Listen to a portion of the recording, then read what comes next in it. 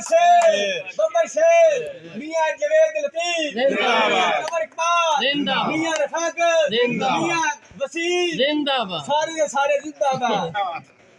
बिस्मिल्लाहिर्रहमानिर्रहीम।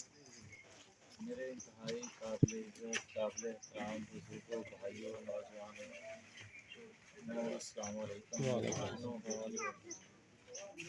मैं बड़ा मशहूर हूँ कि इन्होंने मुस्लिम लीग का साथ देने का जो हमेशा से है कि कोई आज नए नहीं हुए, मगर मकामी सूरत हाल की वजह से जो ये डिस्टर्ब हालात है, ये वो घर है जो बड़ा बढ़ चढ़ के हमेशा मुस्लिम लीग का साथ देने वाला है।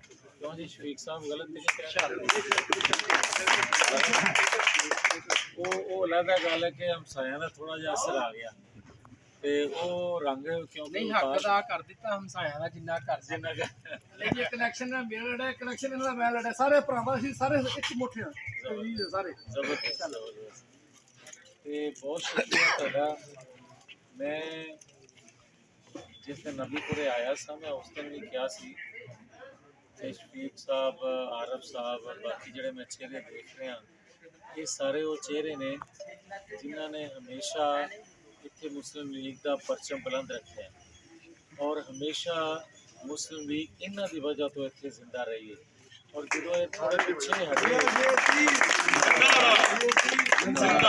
ਜਦੋਂ ਇਹ ਥੋੜੇ ਪਿੱਛੇ ਹਟੇ ਜਾਂ ਥੋੜੇ ਸੁਸਤ ਹੋਏ ਤੇ ਜਮਾਤ ਵੀ ਉਸ ਤਰ੍ਹਾਂ ਹੀ ਕਮਜ਼ੋਰ ਹੋ ਗਈ ਤੇ ਨਬੀਪੁਰੇ ਇਹਨਾਂ ਨੇ ਬਹੁਤ ਅੱਛਾ ਕੀਤਾ ਅਲਹਮਦੁਲਿਲਾ ਔਰ ਉਹਦੇ ਨਾਲ ਬੜੇ ਅੱਛੇ ਅਸਰਾਤ ਆਏ। ਅੱਜ ਝੁੱਗੀਆਂ ਦੇ ਵਿੱਚ ਜਿਹੜਾ ਇਹ ਇੱਕ ਮੀਟਿੰਗ ਹੋ ਰਹੀ ਹੈ, ਮੈਨੂੰ ਖੁਦਾ ਦੇ ਘਰ 'ਚ ਉਮੀਦ ਹੈ ਮੈਂ ਕੱਲ ਇਹਨਾਂ ਦੇ ਨਾਲ ਆਏ ਗੁਲਾਮ ਸਰਵਰ ਵੀ ਤੇ ਮੈਂ ਇਹਨਾਂ ਨੂੰ ਜ਼ਰੂਰ ਕਿਹਾ ਸੀ, ਮੈਂ ਕਿਹਾ ਹੁਣ ਇੱਕ ਤਰ੍ਹਾਂ ਦੇ ਖਲੋਤੇ ਰਹਿਣਾ, ਬਾਕੀਆਂ ਦਾ ਤਾਂ ਮੈਨੂੰ ਪਤਾ ਹੈ ਤੁਸੀਂ ਮੈਂ ਖਲੋਤੇ ਰਹਿਣਾ।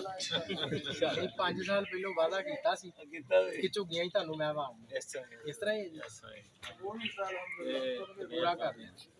ਲੇਕਿਨ ਦੇਖੋ ਇੱਕ ਚੀਜ਼ ਹੈ ਕਿ ਜਿਹੜਾ ਮੁਸਲਿਮ ਲੀਗ ਦਾ ਵੋਟ ਹੈ ਅੱਜ ਜ਼ਰੂਰਤ ਜ਼ਿਆਦਾ ਹੈ।